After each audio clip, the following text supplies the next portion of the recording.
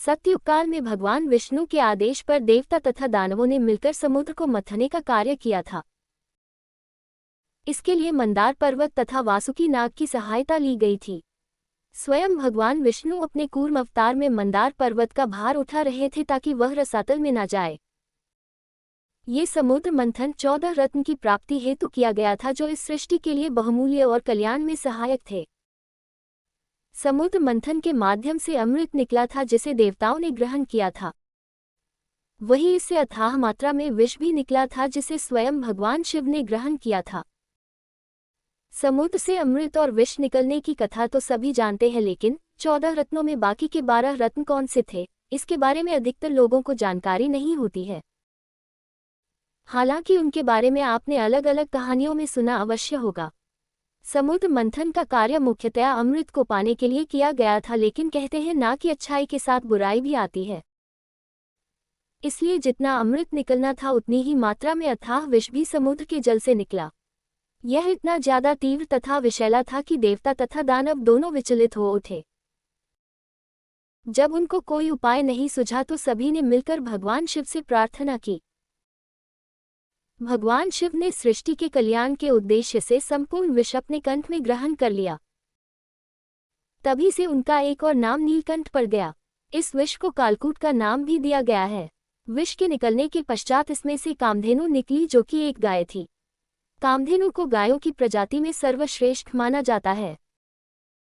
ये कामधेनु गाय भगवान विष्णु ने ऋषि मुनियों को दे दी क्योंकि इससे यज्ञ इत्यादि की वस्तुएं प्राप्त की जा सकती थी। कामधेनु गाय के द्वारा यज्ञ हवन इत्यादि के लिए घी, दूध, मल मूत्र इत्यादि सभी उपयोगी थे। इसलिए सनातन धर्म में गाय को सर्वश्रेष्ठ पशु माना गया है।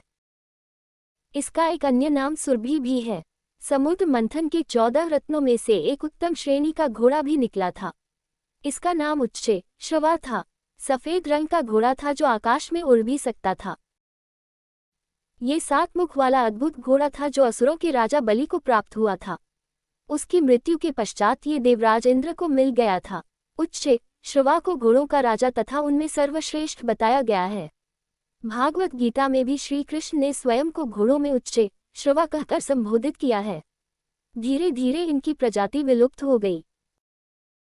यह एक श्वेत रंग का अद्भुत हाथी था जो सभी हाथियों में सबसे महान तथा उनका राजा था। ये भी आकाश में उड़ने की क्षमता रखता था। ये देवराज इंद्र ने अपने वाहन के रूप में ले लिया था। इसके पश्चात देवराज इंद्र ने ऐरावत हाथी के सहारे कई युद्ध लड़े तथा जीते।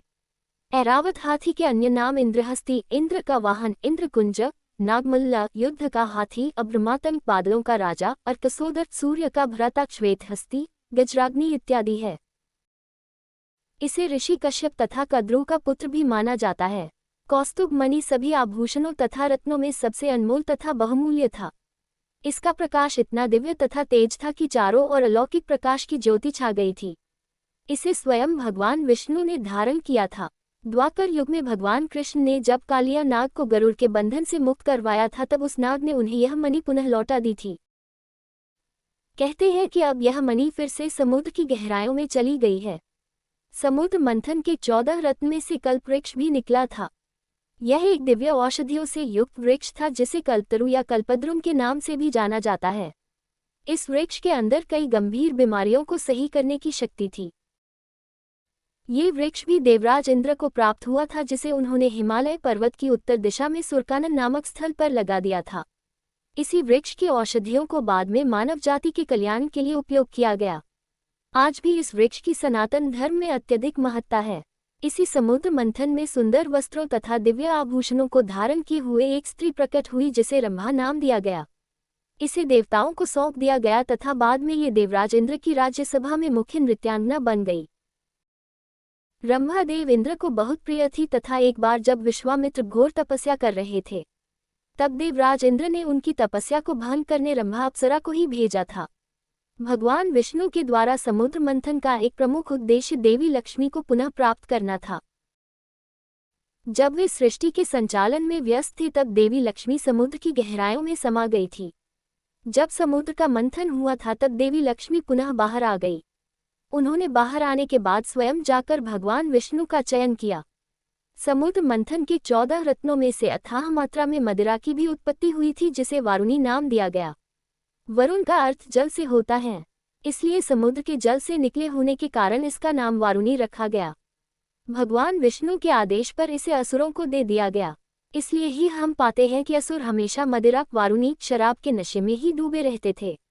इसी समुद्र मंथन में चंद्रमा की उत्पत्ति हुई थी, वह जल से निकले होने के कारण ही इसे जल का कारक कहा जाता है। इसे स्वयं भगवान शिव ने अपनी जटाओं में धारण किया था। समुद्र मंथन के दौरान 5 जन्य शंख की उत्पत्ति हुई, जो सभी शंखों में सबसे ज्यादा दुर्लभ है। शंख को सनातन धर्म में अति शुभ कार्य में प्रयोग में लिया जाता है तथा मंदिरों, पूजा स्थल इत्यादि में यह पाया जाता है। ये शंख भगवान विष्णु को प्राप्त हुआ तथा यह मान्यता है कि जहाँ शंख होता है वहीं माता लक्ष्मी का भी वास होता है। इस शंख की ध्वनि को अत्यधिक शुभ माना गया है। समुद्र मंथन के समय एक और दिव्य औषधियों से युक्त वृक्ष निकला, जिसे पारिजात वृक्ष के नाम से जाना जाता है। ये वृक्ष इतना ज्यादा चमत्कारी था कि इसको छूने मात्र से ही शरीर की सारी थकान मिट जाती थी। देवी देवताओं की पूजा के समय पारिजात वृक्ष के पुष्प चढ़ाना शुभ माना जाता है। समुद्र मंथन के 14 रत्न शारंग धनुष भी निकला था, जिसके बारे में आपने अवश्य ही सुन रखा होगा। यह एक चमत्कारिक धनुष था जो भगवान विष्णु को प्राप्त हुआ था। कहते हैं कि इसे स्वयं भगवान विश्वकर्मा ने बनाया था। अंत में भगवान धन्वंतरी अमृत कलश लेकर प्रकट हुए। वे अमृत को असुरों से बचाने के उद्देश्य से आकाश में उड़ गए, लेकिन असुरों ने अपनी तेज गति तथा शक्ति से उन्हें पकड़ लिया तथा अमृत कलश छीन लिया। इसके पश्चात भगवान विष्णु ने मोहिनी रूप धरकर यह कलह समाप्त की तथा देवताओं को अमृतपान करवाया। अब आप सभी के मन में ये प्रश्न भी होगा कि आखिरकार समुद्र मंथन क्यों हुआ था और इसका मुख्य उद्देश्य क्या था। कुछ समय पूर्व ही नए कल्प की शुरुआत हुई थी और सतयुग का प्रारंभ हुआ था। भगवान विष्णु ने अपने प्रथम अवतार मत्स्य अवतार के माध्यम से नई सृष्टि की रचना की थी, व मानव जाति का कल्याण किया था, किंतु प्रलय के कारण सृष्टि की बहुमूल्य वस्तुएं समुद्र की गहराइयों में चली गई थी, जिनमें से एक स्वयं मां लक्ष्मी भी थी। इन सभी का पृथ्वी तथा मानव सभ्यता के कल्याण के उद्देश्य से बाहर आना आवश्यक था। ये काम भगवान विष्णु केवल देवताओं के माध्यम से नहीं कर सकते थे। इसके लिए देवता व दानवों की आवश्यकता थी जो समुद्र को मंथने का कार्य कर सके। इसके लिए भगवान विष्णु ने सभी व्यवस्था कर दी, लेकिन जब समुद्र मंथने का कार्य शुरू हुआ तो मंदार पर्वत लगातार नीचे जा रहा था, जिस कारण समुद्र को मंथने का कार्य असंभव प्रतीत हो रहा था। उस मंदार पर्वत को विशाल समुद्र की गहराइयों में जाने से केवल विष्णु ही रोक सकते थे। इसके लिए उन्होंने कछुए का अवतार लेने का सोचा, क्योंकि उसकी पीठ कठोर होती है। इसी कारण भगवान विष्णु ने अपने दूसरा अवतार कछुए के रूप में लिया तथा मंदार पर्वत को अपनी पीठ पर धारण किया, जिस कारण समुद्र मंथन का कार्य संपन्न हो सका। समुद्र मंथन के 14 रत्न और उनका महत्व किसी से भी छुपा नहीं है, जिनका उपयोग